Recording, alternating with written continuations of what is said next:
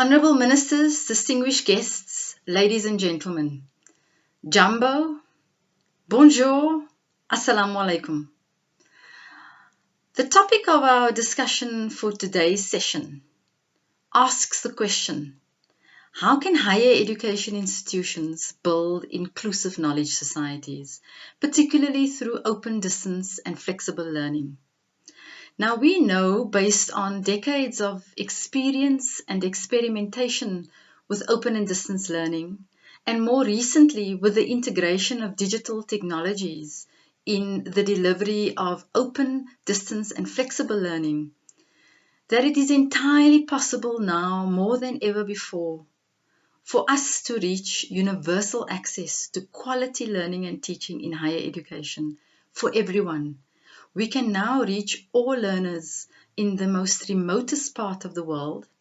We can reach learners with disabilities. We can reach women and girls who are denied access to physical school buildings and education institutional buildings.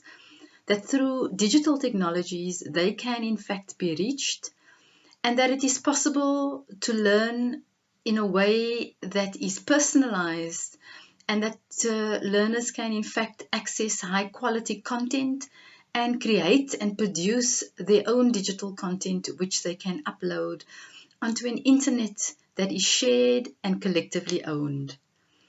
So now, under what conditions can we realize this very noble goal that is entirely within our reach?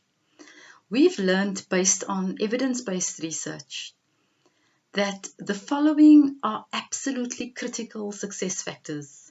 The first is that in order for us to build an inclusive knowledge society, we have got to include all relevant stakeholders, particularly the ones that have not always been included, and those are the learners. That learners have to be part of the design and implementation and the policy making on open distance and flexible learning. We've just seen a tsunami of uprisings among students, certainly in South Africa, demanding their place in the decision making around education that affects their daily lives. And because the 21st century digital learning is focused on delivering student-centered or learner-centered learning, it makes perfect sense that learners should be an important part of the decision-making process. And so our institutions are challenged with finding mechanisms to include our learners in the decision-making and in the design of open and distance learning systems. And so my request is that this forum discusses that particular issue. The second is that we've got to invest in our faculty. We've got to invest in their ongoing professional development. We've got to invest in their sense of collective ownership and buy-in in open and distance learning so that they feel supported in their shift of behavior towards the use of technologies in the delivery of learning and teaching that we've now witnessed over the past few decades. And that is that our teachers and our lecturers are steeped in traditional practice and they are reluctant to shift their behavior towards the embrace and integration of digital technologies in the delivery of innovative learning and teaching practice. And that requires an investment in our faculty, but in doing so, there has to be a sense of ownership and buy-in by teachers in that process. And so my appeal is that our forum today also talks about how best can we ensure that we invest in our teachers in a way that they have a sense of ownership of the open distance and learning processes in our institutions. The third proposition that I'd like to make is that we discuss the prospect of collective campaigning around what we call zero rating of open education resources that have been mushrooming and growing, particularly in our African higher education institutions. One of our biggest challenges, along with access to reliable, quality internet connectivity, which I believe our National Research Education networks the NRENs are in fact engaging with in another session in this forum. In addition to ensuring that we have universal connectivity, effective connectivity to the internet for everyone, I think an important issue that we need to discuss is how can we address the high cost of data that still prevails in Africa, because that really is the other big challenge.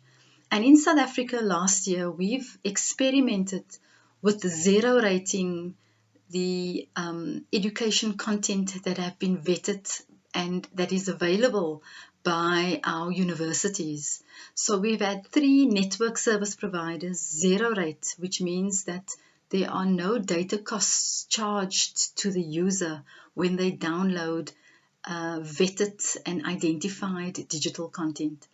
And so my appeal is that in today's forum, can we talk about how we can universalize the zero rating of digital education content, particularly open education resources that have been vetted by our higher education institutions and supported by the ministries of education.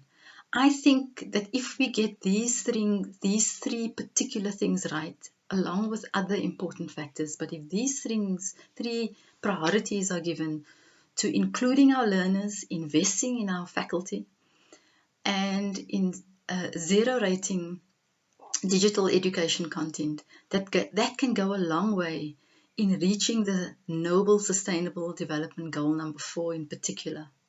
We've learned from a beautiful proverb in Mali that you cannot lift a stone with one finger.